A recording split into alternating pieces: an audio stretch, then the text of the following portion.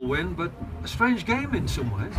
Yeah, very strange. Something I've never seen before. In all my time playing football and being involved in football is the substitution coming on.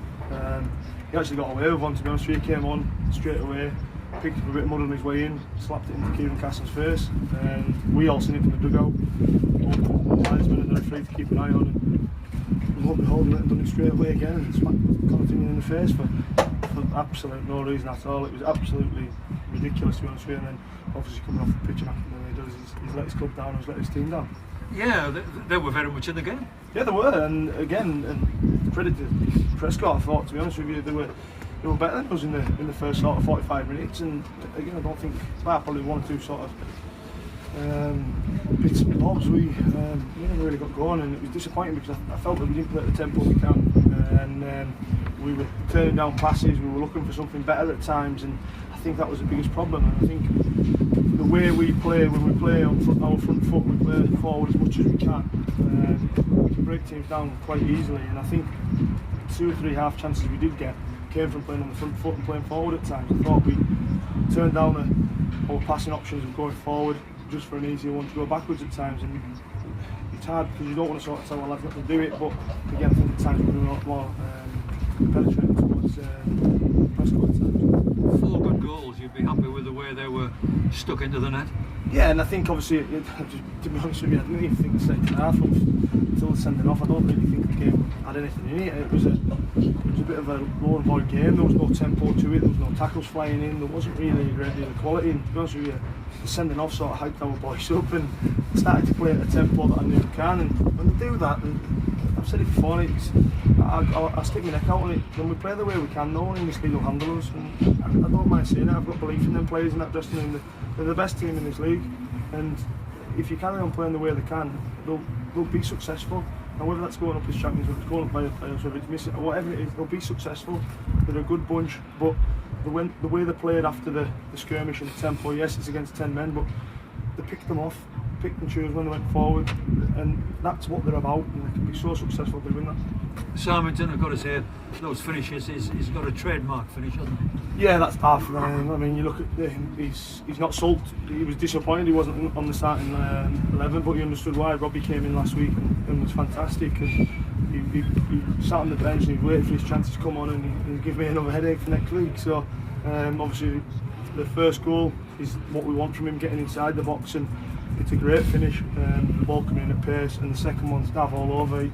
When he hits them, they stay hit, so there's absolutely no way of saving it. And then obviously the other 2 casts is what we want him to do, is drive forward, and when he's got a chance to shoot, to really let go at times, because he can strike the ball. And then Scott Allison obviously with a great finish as well. As I said, we all agree we weren't our best in the first half yet. I thought young Taylor Charters, who came on in, you brought him off eventually, but I thought in the first half he was one of our better players. Yeah, he was, and again, I'll be honest with you, I thought Scotty Allison, the 2 centre backs, and Taylor were probably the only 2 that I was happy with. In the first half, I thought we were lacking a tempo, we were lacking a drive and intensity, and when you don't have that the way we play, you won't be successful. We really showed that, and that's what we were in the first half. We weren't at it in my eyes, and again, the good thing for me is we came in at 0-0, and I've got full belief that, again, you set these lads another challenge of raise your game, and they won't do it. And like you say, the comfortable winners in the end. But Taylor, I thought, was good today. He picked up some great spaces. Probably on another day when we're firing on all cylinders, like we were in the second half, when he's fresh and going at back forwards, it caused real trouble. And like you say, when he linked up with Scott Ellison at the top end of the pitch, I thought it looked really dangerous. Of course, it's a busy period of football, and we're off to Pickering next week, bottom of the league. But it isn't a question of being there, being bottom of the league. It's going there and doing what we do best and bring back the points. As we said in there, that we've targeted our points tally for the 4 games that I spoke about, and we need to make sure that we keep going at it. It's not going to be an easy game, bottom of the league or not. They're fighting for their lives, and they don't want to be beaten at home, don't want to be beaten at all. But again, we need to go down there, start the game like we did last week against Ossett, put ourselves on the front foot and make sure that we implement the way we can play, keep the tempo high, and I'm sure that we'll be successful with it. Any early concerns about next week, about anybody not available or knocks today? Nothing at all at the moment. Everyone's fine at the moment as far as we're aware. So it's obviously a full bill of health, and hopefully, apart from Ash Kelly, obviously missing, unfortunately, missing for quite some time by the looks of it, we're looking quite good at the moment. And as we said before the game, Dan, that's a strong bench today.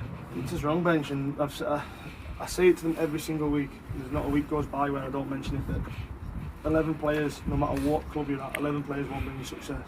The squad will. 11 players in that dressing room won't bring us success. That squad can. And I've said that to them from day one, and probably get sick of hearing it, but it's a fact. And if you look at that today, your bench comes on, you've got, Dav scoring the goals, but you look at the ball from Hubble across to Dav for the second goal. That's what we need. We need to make sure that people aren't going to be firing week in, week out. We need to make sure that the whole squad is, and that they can then go and make sure that we're successful this season. Halfway through the season, just about, Dan, obviously nice to be top of the league. Did you think you would be this far when you first arrived? We had targets. We had targets when we came in. I openly say it, and I say it when I came in, that I want to go up as champions. And if you don't aim for it, then you're never going to achieve it. Did I think that we'd be top of the league from day one till sitting here now? Probably not, no, because I think obviously there's lots of ups and downs in football, but I think the way the lads have played, the way they've taken to how we're playing, and the quality that they have, I keep saying it, that the lads in that dressing room are a fantastic bunch. If you ask them to do something, they'll try it. They might not believe in it, but they'll try it. And the quality that you've got in there, with the experience mixed with the youth, and the fact that it's a great team spirit together, they all want to be successful, and they all want to be successful together, and that's the main thing. The songs and the chants in the dressing room after the game says to me that they're all buying in it together. Yeah, and you can tell that by the celebration. They all join in with the bench as well when goals are scored. Yeah, and that's vital. I think obviously you've got Jim Gallop on the full length of the pitch to celebrate. I think if it was anybody else, I don't think he'd have ran the full length of the pitch, and Pav sitting inseparable at times. It's ridiculous, to be honest with you, but we leave them to it. But no, that's team spirit, and team spirit takes you a long way. If you want to be successful, you can't have twos and threes and groups and cliques. You've got to be a group together, and that group is in there. Dan, well done today, and best of luck for the rest of the games over the Christmas period. Thanks, Walshy, thank you.